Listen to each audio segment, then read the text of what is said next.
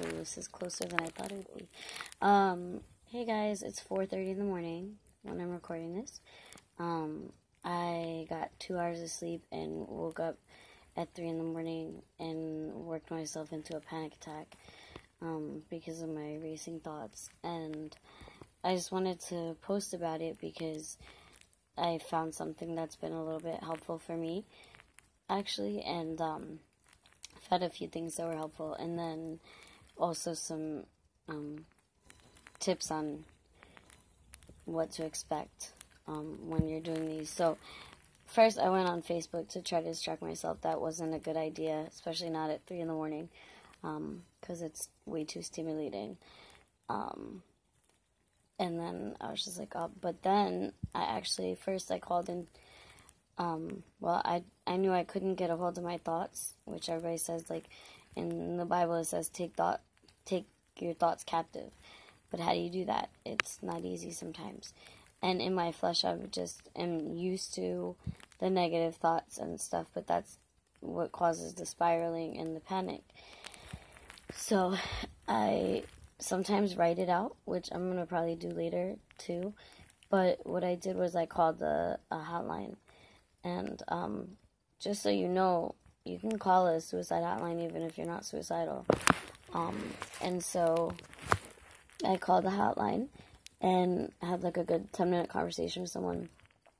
It really helped because just to put into words what I was like thinking, and it doesn't sound as bad when you're just like saying it out loud. And sometimes you need that connection, especially when it's 4 in the morning and you're anxious and can't sleep and have a lot on your mind. So I was able to have that like connection with someone. And then she was saying, like, what can you do to cope for tonight? Like, which are your coping skills can you use, kind of thing. Because they like to talk about coping on those hotlines, which is great. Because I do that with people too.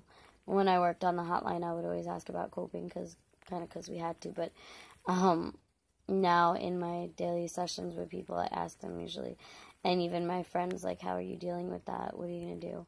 And it's something that I have to ask myself too. Like, what are my coping skills that I'm going to use? Like, I have things in my, I guess you would say, like, repertoire. I don't want to say arsenal because it sounds kind of crazy. But, you know, I have things that I can do to calm down or try. So one thing is journaling. I'm going to try probably doing that later.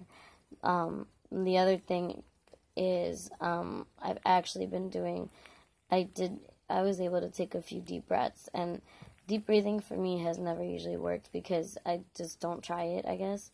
And but what I wanted to point out about it is that, like, it does bring you back into control. But see, here's the thing, for me, maybe part of why I didn't want to try it is that it can be very emotional for some people, because when you're feeling all sorts of feelings, you can't always get to like there's a reason why you're feeling anxious or sad or angry or whatever. And so, like, coming down from that anxiety, or if someone was having like an anger attack, like a rage attack, or something like that, like, coming out of that can be kind of like emotional, and it feels like an emotional release and stuff. So when you do deep breathing, sometimes you're gonna feel like you want to cry, or when you do journaling, or when you do like yoga, if you do yoga or stretching or exercise, like, you feel like you want to cry, and that's okay. If you have to cry, you have to cry. So you know, just let it happen, because obviously, if, like, there's something in there that has to come out, you know. And a few days ago I was having a panic attack and crying and stuff, and people were praying for me, and I realized that I had to cry it out before I could take a deep breath. Like, I had to let all that emotion out before I could take a deep breath, and then it felt amazing to have that release. So basically, just want to encourage you guys, like, and I'm going to take my own advice, just, like, do what you got to do to feel better, you know, and practice the coping skills that you have in your arsenal, in your repertoire. Like, if you've been in therapy before, or you've had conversations with people, you know, do whatever it takes.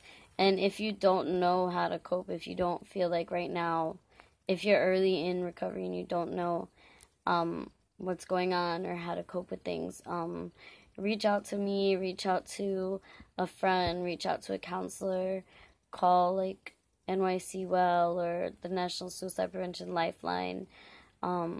There's lots of resources for people that are struggling to cope with whatever type of mental illness or addiction or things like that. So, you know, be encouraged and get help when you need it, because it's there. You just have to find it, and then you have to like use it. Alright, so I'm gonna go continue to practice my deep breathing, and also in the middle of deep breathing I was doing some singing some like worship songs that came to my heart, which is helpful too. So, you know, that's about it. Be encouraged, feel better. Bye.